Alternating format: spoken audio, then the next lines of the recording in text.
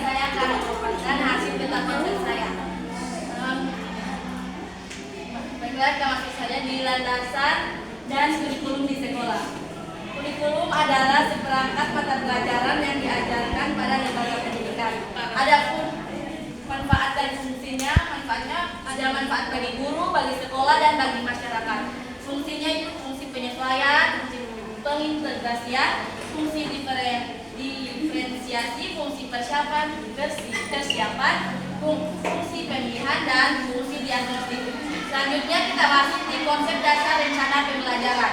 Konsep perencanaan pembelajaran yaitu sebagai suatu rangkaian yang saling berhubungan dan saling menunjang antara berbagai unsur dan komponen yang ada. Manfaatnya yaitu ada petunjuk arah kegiatan dalam mencapai tujuan, untuk bahan penyusunan data agar terjadi keseimbangan kerja. Selanjutnya kita masuk di desain kompetensi dan media pembelajaran. Desain kompetensi adalah proses pengembangan pengetahuan yang dibutuhkan oleh individu atau kelompok. Media pembelajaran adalah alat atau sarana yang dibutuhkan oleh pendidik atau guru. Selanjutnya kita masuk di pengembangan kecakapan dalam pembelajaran. Pengembangan kecakapan dalam pembelajaran adalah proses meningkatkan kemampuan seseorang dalam kegiatan belajar mengajar. Belajar mengajar tujuannya yaitu adalah kecakapan personal, kecakapan sosial, kecakapan akademik, dan kecakapan vokasional.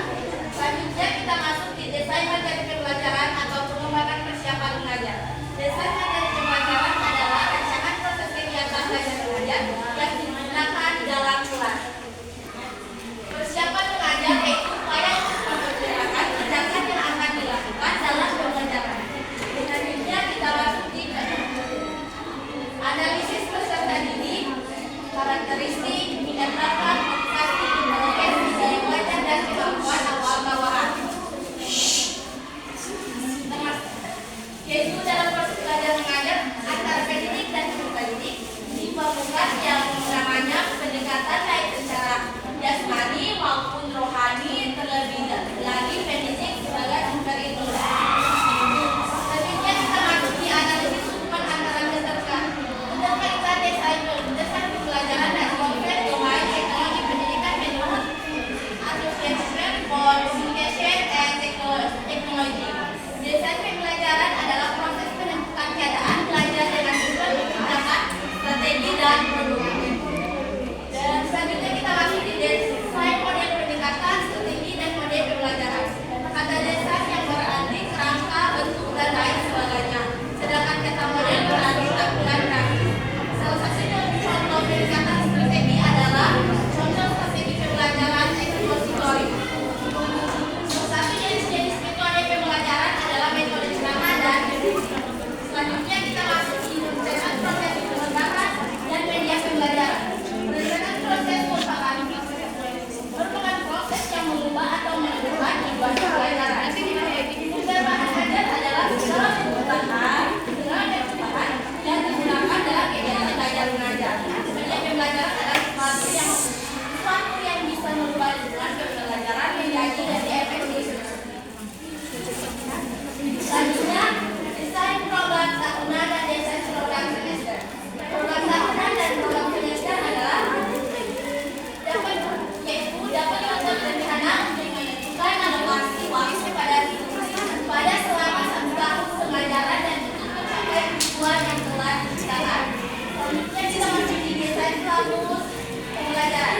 Desain yaitu rancangan rencana atau reka rupa.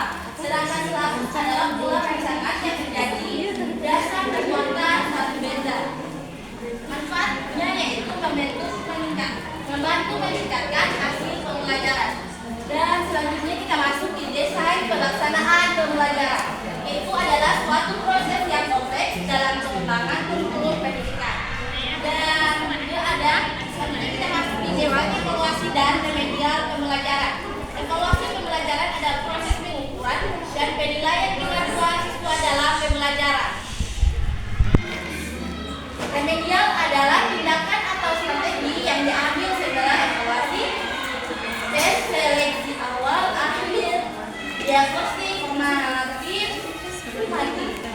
Dan terakhir yaitu ada pengembangan silabus dan RPP atau inovasi perencanaan pembelajaran berbasis kearifan lokal.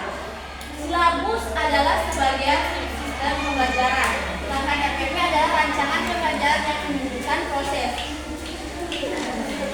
Pembelajaran kearifan lokal sangat penting untuk diterapkan dulu dalam pembelajaran yang bermanfaat. Sekian pemaparan dari saya. Wassalamualaikum warahmatullahi wabarakatuh.